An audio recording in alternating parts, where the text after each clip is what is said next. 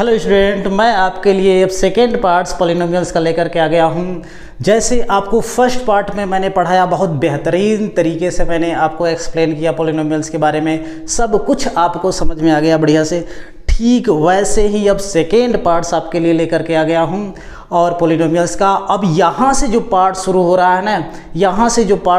है ना, वो पार्ट्स आपका जो है बहुत वेरी इंपॉर्टेंट है और यहाँ से हर टॉपिक्स में से आपको जो है एक क्वेश्चंस आपके पेपर में रहेगा ही रहेगा। ठीक है, जैसे अभी मैं जो टॉपिक शुरू कर रहा हूँ आपका जो है relations between zeros and their coefficient of quadratic polynomials, यानी क्वाड्रेटिक पॉलिनोमियल्स के जीरोज और उनके कोफिशिएंट के बीच में रिलेशन हम लोग जो है पढ़ेंगे। तो आइए हम इस बात को जो है एक एग्जाम्पल्स के थ्रू हम लोग पढ़ते हैं। ठीक है, वैसे तो आपकी बोर्ड की कॉपी भी चेक होना शुरू हो गई है मैथ्स की, आपकी मतलब आपके सीनियर क्लास के बच्चों के, तो आप भी बेहतरीन तरीके से तैयारी कीजिए और देखिए समझिए। तो सबसे पहले हम ये जो पॉलिनोमियल्स आपके बोर्ड पर लिखा हुआ है, इसका सबसे पहले हम लोग जीरोज निकालेंगे। भाई जीरोज निकालेंगे तभी कोफिशिएंट और जीरोज के बीच में रिलेशन हम बता पाएंगे। कोफिशिएंट आपको पता ही है, जैसे एक्स स्क्वायर का कोफिशिएंट 2, एक्स का कोफिशिएंट 8, एक्स जीरो का कोफिशिएंट 6। ठीक है, यानी उस कांस्टेंट टर्म होता है वो 6। ठीक है, तो जीरोज निकालने के लिए सबसे पहले बेटा ये px इक्वल टू क्या हो जाता है 0। ये पॉलिनोमियल को px इक्वल टू क्या रख देंगे 0। जब पॉलिनोमियल को px इक्वल टू 0 रखोगे तो ये इक्वेशन बन जाएगा quadratic polynomial 2x square minus 8x plus 6 equal to 0 बना। अब इसको जो है फैक्टर करना है, तो मैंने क्या कहा था कि आप पहले को उठाना, यानी एक्स स्क्वायर वाला टर्म पूरा उठाना और लास्ट कांस्टेंट वाला टर्म उठाना 2x स्क्वायर फिर इंटू 6 करना। अब इसके बाद में आपको क्या करना था, प्राइम फैक्टर सारे करने थे। ठीक है, यदि ज़रूरत है तो करो, नहीं ज़रूरत है तो मत करो। ठीक है, पहले आप देख लो कि ज़रूरत है कि नहीं। तो आपको इतना देख करने के बाद आपको बीच में जाओ, ये बीच वाला टर्म जो है एक्स का कोफिशिएंट, आपको करना क्या होता है, इसको ऐसे दो पार्ट में स्प्लिट करेंगे। इसको ऐसे दो पार्ट में स्प्लिट करेंगे कि मल्टीप्लाई करने पर इतना आ जाए, जो भी मल्टीप्लाई करने पर आ जाए, 2 6 जा 12 एक्स स्क्वायर आएगा, इसको मल्टीप्लाई करने पर उतना आ जाए, या फिर नहीं और। ठीक है, यानी इन दोनों को मल्टीप्लाई करने पर जितना आ जाए, है ना, ऐसा स्प्लिट करेंगे इसको। और जो है ऐड करने पर चाहे प्लस सिंबल, चाहे माइनस माइनस का सिंबल, चाहे प्लस माइनस का सिंबल के साथ ऐड करने पर ये माइनस 8x आना चाहिए, ये माइनस 8x आना चाहिए। और इसका जो स्प्लिट दो फॉर्म होगा उसका मल्टीप्लाई करने पर ये आ जाना चाहिए प्लस में। ठीक है, तो आप देखो, हालांकि कहने का मतलब 12x स्क्वायर आ जाना चाहिए मल्टीप्लाई करने पर और ऐड करने पर 8 आना चाहिए। तो देखो 6 और 2 साफ दिख रहा है, 8 हो जाएगा, 6 + 2 8 हो जाएगा। ठीक है, वेरी गुड। ठीक है, अब एक बात और, ठीक है, कि यहाँ पर देखो इसका आपने मल्टीप्लाई किया तो रिजल्ट किस में आया है, प्लस में। ठीक है, तो आपका जो है बीच में जब भी माइनस हो, ये बीच में जब भी माइनस हो उसको हम लोग क्या करेंगे कि जो है माइनस माइनस में ही वो लिखा जाएगा। ठीक है, क्योंकि यहाँ पर रिजल्ट प्लस में है। ठीक है, तो माइनस माइनस का करेंगे तभी माइनस और माइनस का मल्टीप्लाई क्या हो जाएगा, प्लस हो जाएगा। ठीक है, तो आप जो है इसको एक एक्स को, यहाँ पर एक्स स्क्वायर है तो इसको आप ऐसे भी लिख सकते हो। ठीक है, इंटू 6, तो एक एक्स 2x के साथ और एक एक्स 6x के साथ। देखो दोनों का मल्टीप्लाई करने पर 12x स्क्वायर आ जाएगा और माइनस 6x माइनस 2x करने पर क्या हो जाएगा, माइनस 12x हो जाएगा। ठीक है, तो आपका ये टर्म आपको मिल गया। मल्टीप्लाई करने पर आपको क्या मिल जाएगा, मल्टीप्लाई करने पर ये मिल जाएगा, माइनस माइनस का मल्टीप्लाई प्लस, और जो है क्या करने पर, ऐड करने पर minus 2x minus 6x minus 8x, ये बीच वाला मिलना चाहिए ऐड करने पर, और मल्टीप्लाई करने पर a मिलना चाहिए, यानी इसका और इसका मल्टीप्लाई। ठीक है, तो आइए दो पार्ट्स में ब्रेक कर दिया है आपने, तो ये 2x स्क्वायर हो गया माइनस अभी माइनस 2x माइनस 6x, अब जो है लास्ट वाला 6 = 0। अब यहाँ से 2x आपका कॉमन हो जाएगा, तो क्या बचा यहाँ 2x माइनस 1। अब यहाँ से minus minus minus minus minus 6 common हो जाएगा, 6 कॉमन हो जाएगा। यहाँ से बेटा 2 कॉमन हो गया तो यहाँ पर x ही केवल बचेगा, 2x कॉमन हो गया तो। अब यहाँ पे 6 कॉमन हो गया तो x माइनस 1 हुआ इक्वल टू 0। x माइनस 1 दो सेम है तो ये भी कॉमन हो जाएंगे, तो this will be x minus 1 bracket में क्या बचा 2x माइनस 6, तो 2x माइनस 6। अब ये हो गया 0। तो ये दो फैक्टर्स आपको मिल गए, ठीक है, दो फैक्टर्स आपको मिल गए। इस फैक्टर से इसको चाहो तो यहाँ से भी 2 और कॉमन ले सकते हो, तो 2 और कॉमन ले लोगे तो 2 मैं एक यहाँ से कॉमन लेकर के यहाँ लिख दे रहा हूँ, ठीक है। तो x माइनस 1 और ये x माइनस 3 ये फैक्टर मिला। अब ये 2 मल्टीप्लाई में है, उधर जाएगा तो डिवाइड में हो जाएगा, तो r करके आप इसे a भी लिख सकते हो, x माइनस 1 एक फैक्टर और second x minus 3 equal to 0/2 का मतलब क्या होगा 0 ही आएगा, ठीक है। तो ये आपके दो फैक्टर्स मिले, ठीक है। तो इसका मतलब ये है ना, इसका मतलब ये है कि जो ये फैक्टर्स मिले हैं ना इसी में से 0 मिलते हैं, ठीक है। तो पहले सबसे पहले हम क्या करते हैं, एक को उठाया 0 के इक्वल लिखा, फिर दूसरे फैक्टर को उठाया 0 के इक्वल लिखा, फिर वो क्या हो जाएगा एक इक्वेशन, 2 इक्वेशन बन जाएगा, 2 फैक्टर है तो 2 इक्वेशन बने तो 2 वैल्यू निकल गई आपकी। तो आप देखो यहाँ पर लिखना क्या होता है, if x minus 1 equal to 0, x minus 1 equal to 0, इसको x माइनस 1 इक्वल टू 0 रखा था, x इक्वल टू क्या मिल गया 1, यानी एक आपको एक जीरोज a मिल गया, ठीक है। अब यही if x minus 3 equal to 0 लिया तो x इक्वल टू क्या मिल गया 3, तो यानी a जो है 2 जीरोज मिल गए, एक x इक्वल टू 1 मिला, x इक्वल टू 3। जब x इक्वल टू 1 जीरोज मिला तो फैक्टर क्या था x माइनस 1, यानी 1 को इधर ले आया तो माइनस में हो गया। जब x इक्वल टू 3 था तो फैक्टर क्या था x माइनस 3, यानी ये 3 को इधर ले आया तो ये प्लस का सिंबल माना जाता है तो ये माइनस हो गया तो x माइनस 3, ठीक है। तो यानी कहने का मतलब आपका किसी भी क्वाड्रेटिक इक्वेशन का जीरोज दिया है तो उसका फैक्टर इजीली आप निकाल सकते हो। जैसे इसी पोलिनोमियल के तहत जीरोज हैं x equal to 1, x equal to 3, ठीक है। तो ये जो है फैक्टर्स निकालने के लिए अभी जो मैंने बताया कि 1 इधर आ जाएगा तो x माइनस 1 है ना, यदि जीरोज हो तो आप फैक्टर्स आप डायरेक्ट बता सकते हैं, ठीक है। तो जीरोज भी निकाल लिया। अब सम ऑफ द जीरोज करो, sum of the zeros, sum of zeros का सम क्या हो जाएगा बेटा, देख लो 1 प्लस 3 कितने हो गए 4। अब आप देखो अब ये 4 आएगा कहाँ से, कॉफिशिएंट के हिसाब से। यदि तुम -8 को 2 से डिवाइड कर दो तो -4 हो जाएगा, और फिर एक माइनस से और मल्टीप्लाई कर दो, यानी एक अलग से माइनस और आ जा रहा है, यानी कहने का मतलब minus coefficient of x, coefficient of x upon coefficient of x square, ठीक है। देखो 4 आ जाएगा भाई, सम ऑफ द जीरो 4 जा रहा है, वो भी 4 आ जाएगा। कॉफिशिएंट ऑफ x, देखो x का कॉफिशिएंट -8 है तो आप -8 रख दो, और कॉफिशिएंट ऑफ x स्क्वायर देखो कितना है 2 है तो 2 रख दिया। अब देखो आपका ये माइनस माइनस प्लस बन गया, +8 अपान में 2 इक्वल टू 4। देखो 4 आ गया कि नहीं, यानी ये अपान में a किया तब पर भी 4 आया, और सम ऑफ द जीरोज भी किया तब पर भी 4 आया, यानी दोनों कंडीशन में 4 आया। इसका मतलब sum of the zeros equal to minus coefficient of x upon में कॉफिशिएंट ऑफ x स्क्वायर लिख सकते हैं, ठीक है। तो इसका मतलब ये चीज़ लिख सकते हैं, ठीक है। तो अब आओ इसी तरह से पहले आप जो है प्रोडक्ट ऑफ जीरोज भी लिख लो, फिर उसके बाद में एक साथ दोनों लिख देंगे। प्रोडक्ट ऑफ, ज़्यादा ऊपर हो गया, product of zeros. Product of zeros का मतलब हो गया 3 × 1 3 × 1 इक्वल टू 3 हो गया आपका, ठीक है। तो इसको यहाँ लिख दिया जाए, 3 × 1 आपको 3 मिल गया, ठीक है। अब 3 और किस कंडीशन से मिलेगा, देखो 6 को यदि मैं 2 से डिवाइड कर दूं, यानी कांस्टेंट टर्म को हम एक्स स्क्वायर के कोफिशिएंट से डिवाइड कर दूं, तब पर भी 3 मिल जाएगा। तो हम क्या लिख दें, कांस्टेंट टर्म, है ना,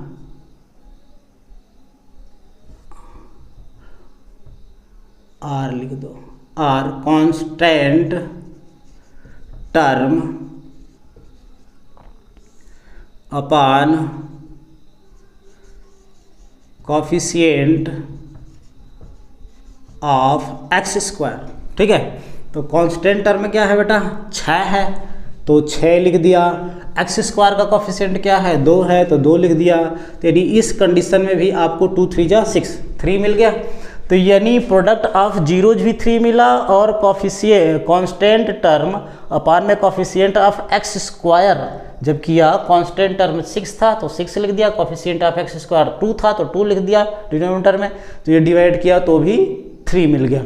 इसका मतलब ये है कि ये और ये दोनों वैल्यू क्या दे रहा है, सेम वैल्यू दे रहा है, तो इसलिए ये दोनों भी क्या होंगे, सेम ही होंगे। तो इसलिए ये दोनों आप लिख सकते हो this is equal to this. तो therefore product of zeros equal to constant term upon coefficient of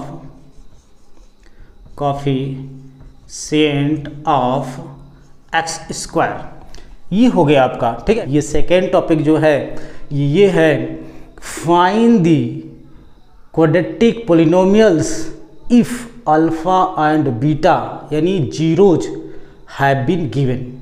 ठीक है, यदि जीरोज गिवन है तो आपको फाइंड क्या करना है, क्वाड्रेटिक इक्वेशन, उसके लिए। तो आप देखो ये क्वाड्रेटिक पोलिनोमियल्स को फाइंड करना है। ठीक है, कब, जब अल्फा और बीटा यानी 2 जीरोज उसके दिए हुए हों तब फाइंड करना है। ठीक है, तो उसके लिए आपको अभी एक इस तरह का क्वेश्चन बताया गया कि भाई एक्स स्क्वायर प्लस 4x को 5x प्लस 6 ये है। तो इसके जीरोज आपने देखा था कि जो है x square plus 3x plus 2x plus 6, देख लेता हूँ क्या आता है जीरोज। तो यहाँ से x कॉमन ले लिया था तो x प्लस 3, यहाँ से 2 कॉमन ले लिया x प्लस 3, तो यानी जो है x प्लस 3 और x प्लस 2 आया, तो यहाँ से x इक्वल टू -3 मिल गया और x इक्वल टू यहाँ से -2। इसके पहले जो मैंने एक क्वेश्चन किया था उसी तरह का है। तो ये 2 जीरोज हैं इस क्वाड्रेटिक पोलिनोमियल को, तो देखो ये जीरोज हैं तो -3 को इधर लाया तो x प्लस 3 एक फैक्टर हो गया, -2 को इधर लाया तो x प्लस 2 एक फैक्टर हो गया, और इन दोनों को मल्टीप्लाई करेंगे तो क्या मिल जाएगा, पोलिनोमियल्स मिल जाएगा कि नहीं। ठीक है, ठीक उसी तरीके से हम लोग क्या करेंगे, यदि इसके अल्फ़ा बीटा जीरोज हैं therefore x equal to alpha हो गया और x इक्वल टू बीटा भी हो गया। जैसे x equal to -3, x equal to -2 हो गया, वो भी तो जीरोज है, यहाँ पे अल्फ़ा बीटा है तो अल्फ़ा बीटा रख दिया। तो इसलिए फैक्टर्स क्या हो जाएंगे, therefore x minus alpha and x minus beta are factors of, इस पोलिनोमियल्स को हम px मान लें। ठीक है, इसको हम लोग px मान लेते हैं,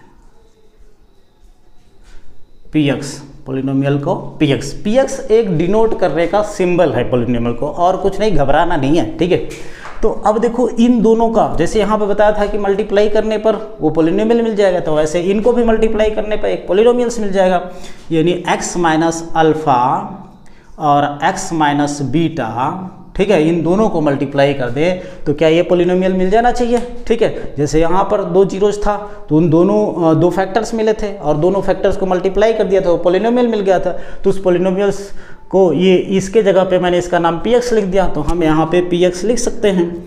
अब एक इधर मैं कांस्टेंट लिख रहा हूँ, क्यों कांस्टेंट लिख रहा हूँ, क्योंकि मान लो ये जो मैंने अभी इक्वेशन लिखा था x square 5x plus 6 equal to 0, यदि इसी में क्या हम जो है 2 का मल्टीप्लाई कर दें, ठीक है, तो कोई फ़र्क पड़ेगा, कोई फर्क नहीं पड़ेगा, यानी कोई कांस्टेंट का मल्टीप्लाई हो सकता है। ठीक है, तो ये हो जाएगा क्या बन जाएगा, 2 का मल्टीप्लाई कर देंगे 2x² और 10x प्लस 2 6 जा 12। बस इसी कारण से यहाँ पे एक कांस्टेंट वैल्यू जो है मल्टीप्लाई कर दी जाती है। ठीक है, तो अब जाओ इनका मल्टीप्लाई कर दो, k को बाहर ही रखो, तो यहाँ करली ब्रैकेट लग गया, इसको पहले को उठाया दूसरे वाले से चिटकाया, फिर इसका दूसरा उठाया, फिर है ना इसका दूसरा उठाया, इससे चिटकाया। ठीक है, यानी उसी से चिटकाया जो इसको इससे चिटकाया, फिर इसको इसके से चिटकाने का मतलब मल्टीप्लाई के फॉर्म में लिखना। ठीक है,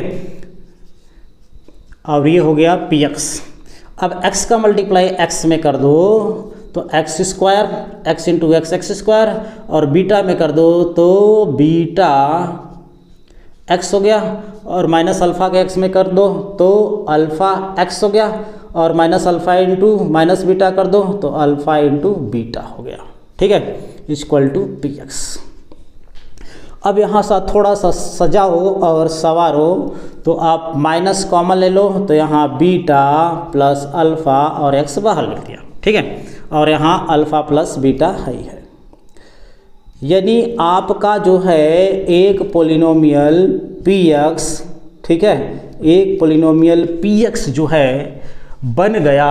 ठीक है, और ये कॉन्सेप्ट आपका जो है यूज होता है ना, क्वेश्चंस को सॉल्व करने के लिए, इट्स मीन्स पोलिनोमियल्स फाइंड करने के लिए ये कॉन्सेप्ट आपका यूज होगा। इम्पॉर्टेंट कॉन्सेप्ट है अल्फ़ा और बीटा, यानी 2 जीरोज दिए रहेंगे तो भी आप जो है पोलिनोमियल फाइंड कर सकते हो, है ना, और या फिर सम ऑफ द जीरोज दिए रहे हैं और प्रोडक्ट ऑफ द जीरोज दिए रहे तो भी पोलिनोमियल फाइंड कर सकते हो। एक्सरसाइज 2.1 में क्वेश्चंस है, हम उन दोनों क्वेश्चंस को करेंगे। इसके पहले वाला जो relations between zeros and their coefficient बताया, उसके बेस पे पहला क्वेश्चन है एनसीईआरटी का, फिर दूसरा क्वेश्चन इसी के बेस पे है। ठीक है, तो एक बार अल्फ़ा प्लस बीटा के भी फॉर्म में हम लोग इसको जो है कोफिशिएंट वाले को हम लोग निकाल लेते हैं। तो इसी को हम लोग चाहें तो ऐसे भी लिख सकते हैं बेटे, देखो k को मल्टीप्लाई कर दो, यहाँ पे r लिख दो, kx² माइनस k, इसको बीटा प्लस अल्फ़ा को अल्फ़ा प्लस बीटा लिख दो, कोई फ़र्क नहीं पड़ता।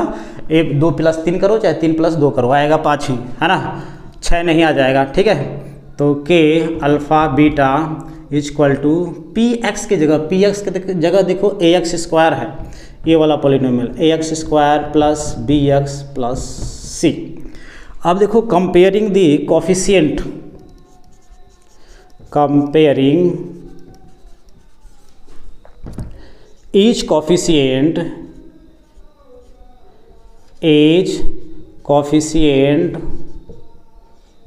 of polynomial, या पॉलिनोमियल लिख दो, पॉलिनोमियल्स।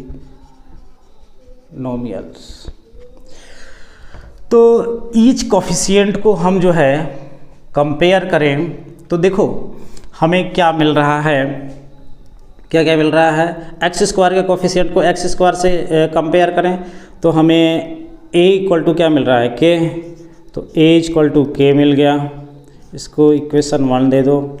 अब x के कोफिशिएंट से हम कंपेयर करें तो देखो b इक्वल टू क्या मिल गया, माइनस k, देखो x का कोफिशिएंट b और यहाँ x का कोफिशिएंट माइनस k, ब्रैकेट में अल्फ़ा प्लस बीटा, तो अल्फ़ा प्लस बीटा, इसको इक्वेशन नंबर 2 दे दो। और कांस्टेंट से कंपेयर करें तो आप देखो c equal to k alpha beta मिल गया, इक्वेशन नंबर 3 दे दो। ठीक है, अब जो बाकी बचे हुए पार्ट्स यहाँ लिख दो। अब इक्वेशन नंबर 2 से देखो क्या लिख सकते हो, फ्रॉम इक्वेशन 2, तो यहाँ से देखो क्या alpha plus beta equal to ये लिखा जा सकता है b अपान माइनस k, और k इक्वल टू क्या है, देखो k इक्वल टू a है ना, तो आप b अपान में a लिख सकते हो, माइनस ऊपर लिख दो। ठीक है, तो यहाँ लिख भी दो, है ना, a इक्वल टू k ये है। तो यानी अल्फ़ा प्लस बीटा यानी sum of the zeros, alpha plus beta क्या है, सम ऑफ द जीरोज ही, ये जीरोज है अल्फ़ा और बीटा, तो वो सम ऑफ द जीरोज ही तो हुए। ठीक है, तो sum of the zeros minus b upon में a हो गया। b क्या है, b है कोफिशिएंट ऑफ x, यानी minus coefficient of x upon में कोफिशिएंट ऑफ x²। देखो x² का कोफिशिएंट है कि नहीं, बोलो बबुआ, बोलो बोलो बोलो, है ना, जो पीछे बताया था वैसे ही तो है। ठीक है, अब देखो प्रोडक्ट ऑफ जीरोज में देखो, यानी फ्रॉम इक्वेशन थर्ड में देखो, यहाँ से इक्वेशन थर्ड से alpha into beta equal to c upon में के लिख सकते हो यानी के इधर ले यार, सी अपान में के हो गया, और अल्फ़ा इंटू बीटा को आप सी अपान में ए भी लिख सकते हो, क्योंकि ए इक्वल टू के, यहाँ पे लिख दो ए इक्वल टू के। ठीक है, यानी बाबा मेरे प्यारे product of the zeros equal to constant term upon में कोफिशिएंट ऑफ एक्स स्क्वायर हुआ, यही तो बताया गया था। ठीक है, जिसको ऐसे फॉर्म में लिखते हो तुम, है ना, ऐसे फॉर्म में तब लिखना बेटा जब आपका इस फॉर्म में क्वाड्रेटिक इक्वेशन रहेगा, नहीं जैसे मैंने बताया था वैसा डायरेक्ट लिख दो, पूरे के पूरे नंबर मिलेंगे। बोर्ड की कॉपी मैथ्स की इस समय, है ना, आज का डेट है जो मैं वीडियो आपके लिए बना रहा हूँ, आज की डेट क्या है, आज की डेट क्या है, आज की डेट 1 अप्रैल है। ठीक है, 1 अप्रैल है, तो वहाँ पर मार्किंग स्कीम में, है ना, इसी तरीके से बताया जाता है। ठीक है, अभी जो मैं क्वेश्चंस आपको बताने जा रहा हूँ बिल्कुल एकदम ध्यान से देखना, क्योंकि उसी के तरह क्वेश्चन सॉल्व किया जाता है। और मैं एक बात और बता दे रहा हूँ बेटे, है ना, क्योंकि कुछ बच्चे बहुत मेहनत करते हैं, लेकिन उनके मार्क्स, उनकी संभावना होती है कि 100 में 100 तो आ ही जाएगा, लेकिन बेचारे का आता है 90, 85 आता है। अब सोचो उसके दिल पर क्या गुजरती होगी, जो खूब मेहनत किया और आया इतना। उसका कारण सिर्फ यही है कि उसने जो है क्वेश्चंस को जैसे प्रेजेंट करना चाहिए वैसे नहीं प्रेजेंट किया। ठीक है, तो ये जो कॉन्सेप्ट है अल्फा प्लस बीटा, है ना, ये इस फॉर्म का इक्वेशन है, उसके लिए लिखा हुआ है। ठीक है, और आपका इस फॉर्म का नहीं, यदि यही है इस फॉर्म का, क्या यही है इक्वेशन, उसके लिए ऐसे लिखा है, एकदम सेम यही इक्वेशन है, उसके लिए है ये जो है एक्सरसाइज 2.2 का क्वेश्चन है, x square minus 2x minus 8।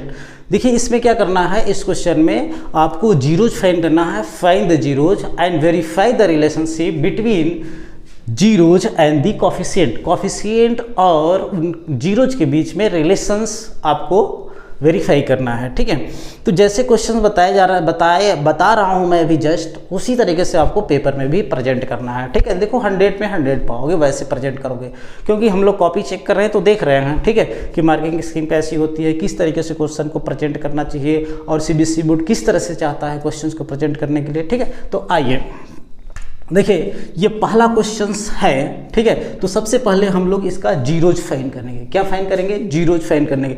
Zeros find करने के लिए आपको बताया गया है कि सबसे पहले क्वाड्रेटिक पॉलिनोमियल को क्या करोगे, 0 के इक्वल लिखोगे।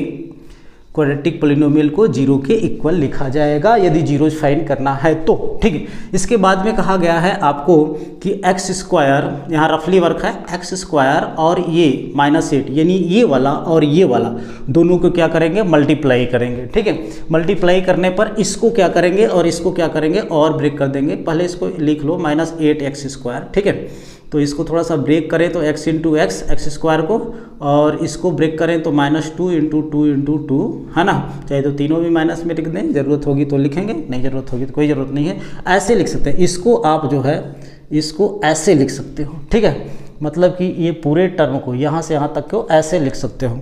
अब देखो आपको ध्यान क्या देना है कि बीच वाला पकड़ो। किसको पकड़ो? बीच वाला पकड़ो। ठीक है, और इसको 2 पार्ट्स में स्प्लिट करना होता है। कितने पार्ट्स में? 2 पार्ट्स में, ध्यान देना, है ना, 2 पार्ट्स में स्प्लिट करना होगा। ठीक है, एक मैं यहाँ लिखूंगा, एक यहाँ लिखूंगा, इसको स्प्लिट करके। ठीक है, अब देखो, अब इसको ऐसे 2 पार्ट्स में स्प्लिट करना है कि प्लस या माइनस करने पर -2x आ जाए और मल्टीप्लाई करने पर -8x आ जाए, -8x² मल्टीप्लाई करने पर इतना आए और प्लस या माइनस करने पर a आए, और इसी में से आपको चूज करना होता है। और यहाँ पर माइनस सिंबल है तो ध्यान रखना, यहाँ पे माइनस हो और यहाँ पर भी माइनस हो। यहाँ पर माइनस हो तो यहाँ वाला जो स्प्लिट होगा एक प्लस में और एक माइनस में स्प्लिट होता है, और यहाँ पर प्लस होता तो क्या होता, यहाँ के दोनों माइनस में स्प्लिट होते। ठीक है, वेरी गुड। तो अब आइए, तो एक प्लस में होगा स्प्लिट, एक माइनस में होगा स्प्लिट, तो कैसे होगा? यदि मैं इसको -2 × 2 को क्या कर दूं, -4 लिख सकता हूं, और इसको क्या लिख दूं, 2 × 2 तो है ही है, तो -4 + 2 करूं तो क्या -2 नहीं आ जाएगा? तो हम इस 4 को इस ये वाले 2 x जो हैं, एक x इसके साथ और एक x इसके साथ, और इन दोनों को -4 + 2 कर दो, -2x नहीं आ जाएगा, और इन दोनों को मल्टीप्लाई कर दो, -8x² नहीं आ जाएगा? आ जाएगा, है ना? तो लिख दो, ये x² लिखा, अब ये रेड वाले के प्लेस पे क्या हो गया, -4x, और इसके प्लेस पे क्या हो गया, +2x। कहा था एक माइनस में आएगा एक प्लस में आएगा, -8 = 0। हाँ, एक बातें और है कि किसको माइनस में, आप कैसे जाने कि इसको माइनस लगाएं कि इसको माइनस लगाएं? इसके लिए आपको ध्यान देना है कि यहाँ यदि माइनस का सिंबल है तो बड़ा वाला माइनस का होगा, यहाँ हो सकता है प्लस का भी सिंबल हो, है ना, और यहाँ पर भी माइनस हो, तो आपका यहाँ प्लस होता तो इसको प्लस लिखते, इसको माइनस लिखते, ठीक है? इस बात को आप ध्यान देना, ठीक है? आओ ये रफ वर्क आपका अब हटा देते हैं। अब यहाँ पर 2 को और 2 को आप पकड़िए और यहाँ से कॉमन लीजिए, x -2, फिर यहाँ पर आपका जो है 2 कॉमन ले लीजिए, यहाँ बेटा x -4 होगा, x -4, और यहाँ पे x -4 = 0 हो गया। x -4 और x -4 दोनों जो है आपका सेम है, तो ये कॉमन हो जाएगा, x -4 और x + 2। जिसको फैक्टर्स करने में प्रॉब्लम है, फैक्टर्स की लिंक आपको नीचे डिस्क्रिप्शन बॉक्स में दे दिया जाएगा, वहाँ से आपको जो है क्या कर लेना है ना, सीख लेना है चैनल में जा कर के, ठीक है? तो अब देखो 2 फैक्टर्स आपको मिल गए थे। जीरोज के लिए क्या करना पड़ेगा, इफ़ x -4 = 0, तो x = क्या मिल गया, 4, यानी एक वैल्यू, एक जीरोज 4 मिल गया। और दूसरा इफ़ x + 2 = 0, तो x = क्या मिल गया, -2, यानी दूसरा जीरोज a मिल गया, ठीक है? अब कहा गया है, ये तो जीरोज तो आपने फाइंड कर लिया, फाइंड द जीरोज, हो गया फाइंड, ठीक है? अब आपको क्या करना है, वेरीफाई करना है relationship between zeros and the coefficient, है ना? तो यहाँ पर रिलेशन वेरिफिकेशन ऑफ रिलेशनशिप लिख दो सीधे, वेरिफिकेशन ऑफ रिलेशन, केवल रिलेशन लिख दे रहा हूँ, यदि पूरी बात लिख देंगे तो और अच्छी बात है, relationship between zero and the coefficient, ठीक है? तो देखो पहला है क्या था, सम ऑफ द जीरोज, आपको ऐसे ही लिखना है बेटा, सम ऑफ जीरोज, ये लिख देना, sum of the zeros = minus coefficient of x upon में कोफिशिएंट ऑफ x²। तो देखो बेटा यहाँ पर कोफिशिएंट ऑफ x क्या है, x का कोफिशिएंट -2 है। देखो इस माइनस को छेड़ना नहीं, इस माइनस को जैसे कि तैसे लिखना, कोफिशिएंट ऑफ x जो है जैसे सिंबल के साथ है वैसे लिख दोगे ब्रैकेट में, -2 था, -2 लिख दिया।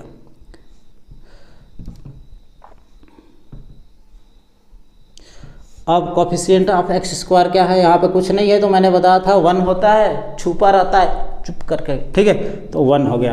तो देखो माइनस माइनस का मल्टीप्लाई क्या हो गया, +2, यानी सम ऑफ द जीरोज क्या मिल गया, सम ऑफ जीरो, हाँ, और सम ऑफ द जीरोज का सम 4 और -2 का सम, ये भी +2 के इक्वल होना चाहिए, दूसरे लाइन में लिख देंगे, यानी जो है 4 - 2 मिल गया, 2 = 2, माइनस माइनस मल्टीप्लाई होकर के प्लस हो गया, ये वेरीफाई हो गया। तो आप क्या लिखेंगे, है ना, हेंस वेरीफाई, ठीक है? एक ये वेरीफाई हो गया। अब ये जो है ये क्वेश्चन आपका होमवर्क है, और प्रोडक्ट ऑफ द जीरोज को मैं वेरीफाई कर देता हूँ। अब देखो प्रोडक्ट ऑफ जीरो, आपको इसको भी ऐसे, इसी क्वेश्चन का पार्ट है, प्रोडक्ट ऑफ जीरोज, ठीक है? Product of zeros = constant term upon में कोफिशिएंट ऑफ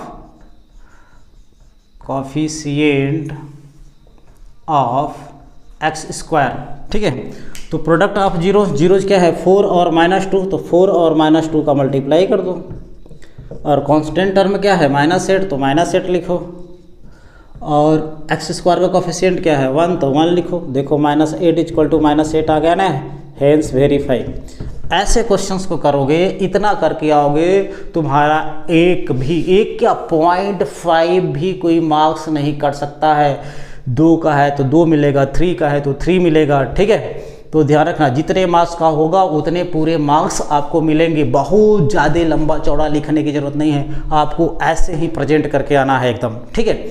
आइए अब नेक्स्ट क्वेश्चन हम लोग देखते हैं। नेक्स्ट क्वेश्चन थर्ड का मैं बताऊंगा, ये आपका होमवर्क है।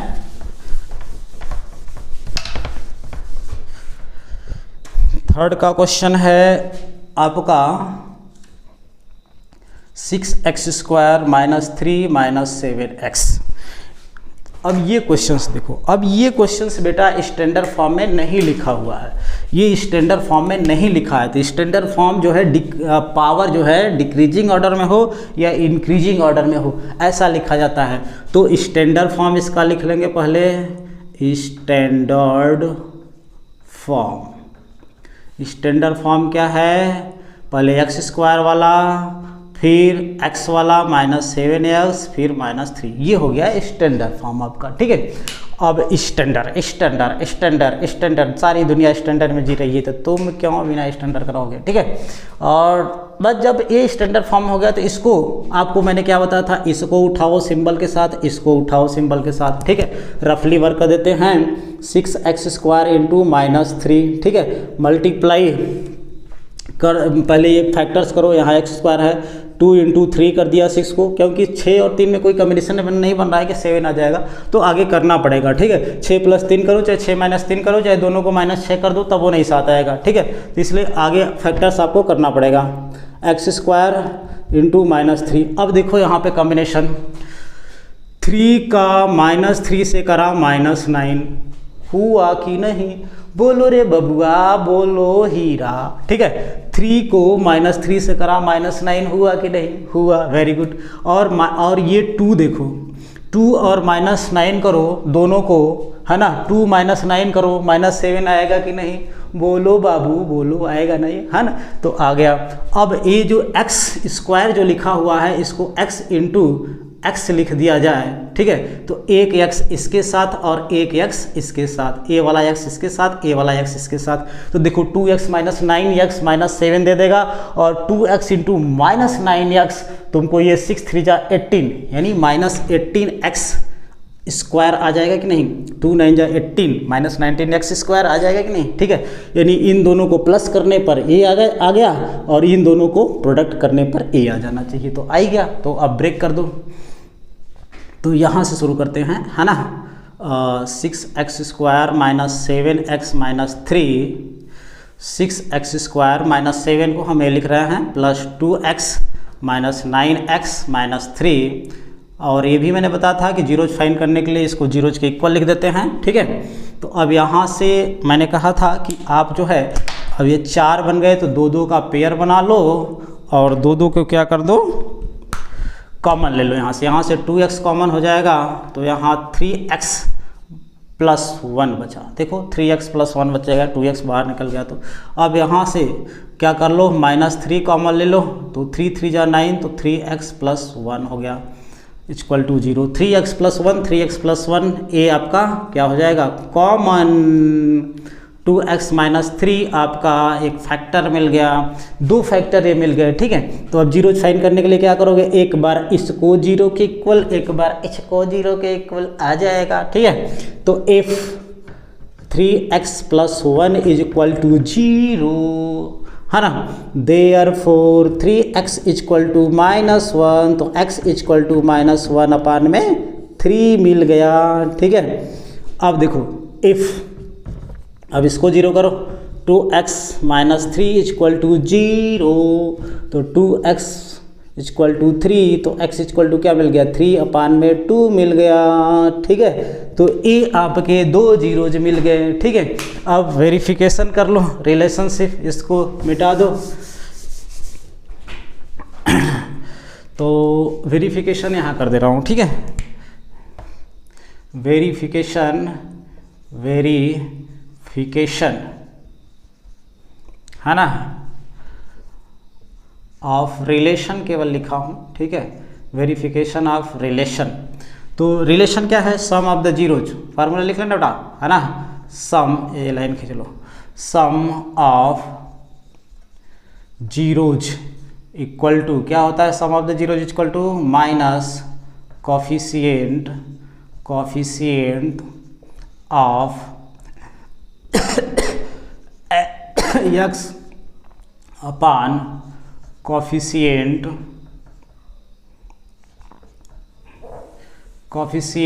ऑफ एक्स स्क्वायर, यही होता है सम ऑफ द जीरोज का मतलब इन दोनों को सम करेंगे, यानी -1/3 plus 3/2 equal to coefficient of x, देखो -7 है तो माइनस से पहले लिख देना है, फिर आपको कोफिशिएंट लिखना है जो भी सिंबल के साथ रहेगा, फिर कोफिशिएंट ऑफ एक्स स्क्वायर 6 है। इन दोनों को कैलकुलेट करो, एलसीएम हो जाएगा 3 2 का 6, 3 2 का एलसीएम 6, 3 2 जा 6 तो -2, 2 6 जा 2 3 जा 6 तो 3 3 जा 9 हो गया, ये माइनस माइनस प्लस 7/6 हो गया, ये भी देखो कैलकुलेट हो जाएगा तो प्लस 7/6 इक्वल टू 7/6 वेरीफाई। अब product of the zeros, product of zeros equal to, है ना, कोफिशिएंट ऑफ कांस्टेंट टर्म, है ना, सीधे मैं लिख दे रहा हूँ, है ना, सीधे मैं लिख दे रहा हूँ -3, क्योंकि जगह कम है, आप ऐसे, है ना, जो पिछला वाला क्वेश्चन जैसे कराया वैसे फार्मूला लिख लेना, -3 अपान में यानी कांस्टेंट टर्म अपान में एक्स स्क्वायर का कोफिशिएंट 6, और प्रोडक्ट ऑफ जीरो यानी वो -1/3 इंटू 3/2, ये 3 से लिख दिया, देखो 3 से 3 कट गया, 3 1 जा 3 2 जा, यानी -1/2 इक्वल टू -1/2, इस तरीके से आपका वेरीफाई हो गया, ठीक है। अब आपका क्वेश्चंस, बाकी जो क्वेश्चंस बचे हैं इसमें क्वेश्चन नंबर फर्स्ट में आपको सिर्फ हिंट दूंगा, है ना, आपको जीरोज निकाल दूंगा, बाकी सब तो ये वेरिफिकेशन आपको ऐसे ही करना है, ठीक है। तो आइए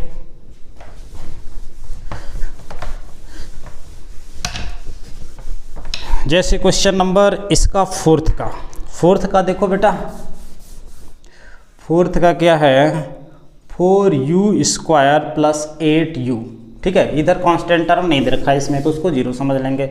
अब यहाँ से देखो 4u, दो ही टर्म है, दो टर्म में से कॉमन मिल ही सकता है, तो 4u, है ना, वैसे करने की ज़रूरत नहीं है मुझे, है ना, वैसे भी हो जाएगा, बट वैसे क्यों करें जब ऐसे ही हो जा रहा है। तो 4u, तो u प्लस 4 2 जा 8u होता है ना, तो ये हो जाएगा equal to 0।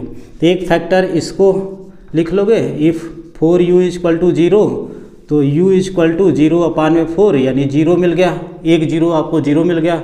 If u plus 2 equal to 0 तो u इक्वल टू आपको क्या मिल गया, -2 मिल गया। फिर बाकी वेरिफिकेशन आप कर लेना, वो आपका होमवर्क रहेगा। अब देखो फिफ्थ का कितना आसान है, t² - 15 इक्वल टू 0, तो t² इक्वल टू +15 हो गया, और इधर जाएगा तो इस पर जब रूट चलेगा तो एक प्लस और एक माइनस हो जाता है, यानी एक जीरो, है ना, एक t की वैल्यू +√15 हो गई और दूसरे t की वैल्यू जो है -√15 हो गई, 2 जीरो मिल गए, और वेरिफिकेशन आपको ऐसे ही कर लेना है। अब आइए क्वेश्चन नंबर हम लोग सेकंड की तरफ बढ़ते हैं। क्वेश्चन नंबर सेकंड करते हैं इसका हम लोग, फाइंड द क्वाड्रेटिक पॉलिनोमियल। आपको क्वाड्रेटिक पॉलिनोमियल्स फाइंड करना है, ठीक है। क्वाड्रेटिक पॉलिनोमियल्स फाइंड करने के लिए आपको ये इक्वेशन याद रहना चाहिए कि क्वाड्रेटिक पॉलिनोमियल फाइंड करने के लिए हम क्या लिखेंगे, कांस्टेंट के और x² फिर माइनस करके sum of the zeros plus product of the zeros, है ना, ये इक्वेशन आपको याद रहना चाहिए। इसके सम ऑफ द जीरोज की जगह कहीं अल्फा प्लस बीटा लिखा रहता है, उसका मतलब यही है। प्रोडक्ट ऑफ जीरोज की जगह अल्फा इंटू बीटा लिखा रहता है, ठीक है, जब ax² plus bx plus c के फॉर्म का इक्वेशन होता है। तो आप देखो इसमें कि फाइंड करने के लिए बोला find the quadratic polynomials each with the given numbers at the sum and the product of its zeros respectively, जो कि मैं लिखने जा रहा हूँ, ये बुक है, ठीक है। तो देखिए इसमें पहला क्वेश्चन कि 1/4 और -1 है। ठीक है, इसमें बोला है कि सम और प्रोडक्ट रिस्पेक्टिवली गिवन है, यानी सम ये हो गया, रिस्पेक्टिवली का मतलब पहले सम की बात करा तो सम ये दे दिया और प्रोडक्ट ए दे दिया। इसका मतलब ये है कि ये गिवन क्या है, गिवन है ना, sum of zeros equal to क्या है 1/4।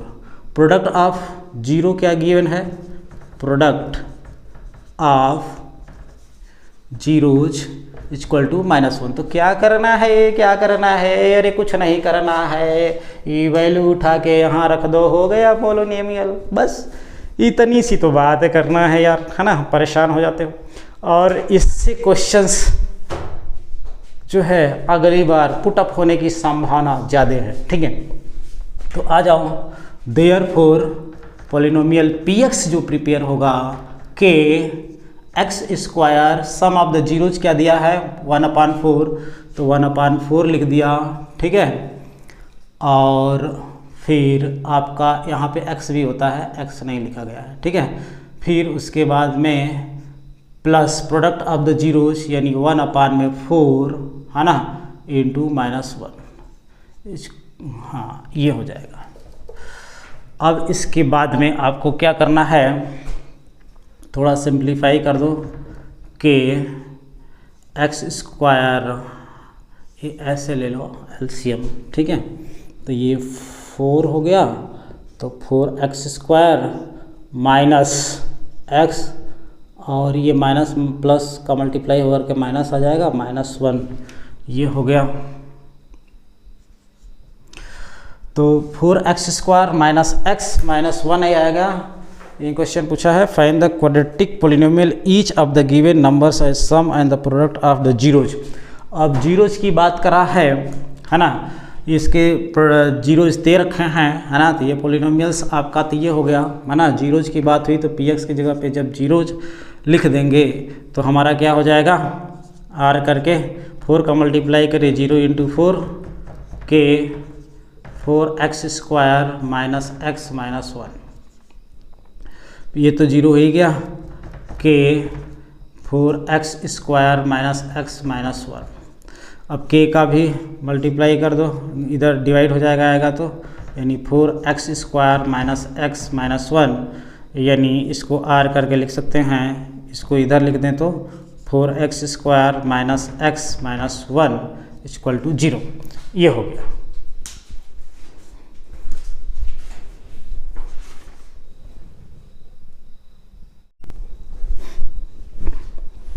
इसको भी हम वैसे ही करेंगे, क्योंकि पहला सम ऑफ द जीरोज, दूसरा प्रोडक्ट ऑफ द जीरोज। तो therefore polynomial px equal to क्या हो जाएगा, कांस्टेंट के x² माइनस, सीधे फार्मूला में लिख रहा हूँ, है ना, सम ऑफ द जीरोज क्या दिया है 2, रूट में 2 x हो गया, x पहले से लिखा हुआ है, प्रोडक्ट ऑफ द जीरो यानी 1/3 दे रखा है। ठीक है, अब आपको क्या करना है, ये सब जीरोज दिए हैं, तो जीरोज दिया है तो इसका मतलब px इक्वल टू क्या हो जाएगा, जीरोज हो जाएगा। तो इसका मतलब जीरोज इक्वल टू के x² माइनस √2x प्लस 1/3। तो ये k आएगा इधर, तो 0/k equal to x² minus √2x, है ना, प्लस इसको थोड़ा सा और सिंप्लीफाई कर लो, या ऐसे ही रहने दो, कोई फ़र्क नहीं पड़ता है, ये भी लिख सकते हो, या फिर सिंप्लीफाई करके और 3 से मल्टीप्लाई कर दो दोनों साइड। तो 3 से मल्टीप्लाई कर दूँ, 3 इंटू ये 0/में में क्या दे देगा, 0 दे देगा, 3x² minus 3 √2x plus 3 into 1/3। ये 3 से 3 कैंसिल हो गया, तो ये क्या बन जाएगा 1। तो ये बन जाएगा, यानी 0 इक्वल टू, चलो इसको रहने दो, 3 तो 3x² है माइनस 3 √2x प्लस 1, ये आपका बन गया आपका इक्वेशन। ठीक है, क्वाड्रेटिक पॉलिनोमियल्स।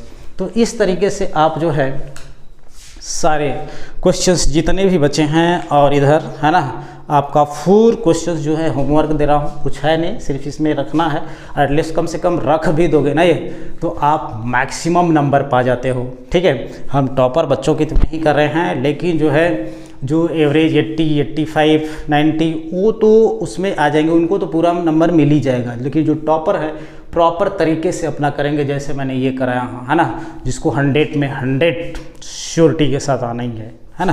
Thank you. अब आपको जो है हम लोग कुछ डिफरेंट टाइप के क्वेश्चन सॉल्व करेंगे जो स्टैंडर्ड में अक्सर आते हैं, जिसके लिए नेक्स्ट वीडियो हम आपको बनाएंगे जो कि पार्ट नंबर 3 होगा, और एनसीईआरटी का उसमें नहीं होगा। एनसीईआरटी के क्वेश्चंस नहीं होंगे, वो आपके आर डी शर्मा से या कुछ अदर बुक से होंगे, जो कि वेरी वेरी इंपॉर्टेंट हो गया। Okay, thank you.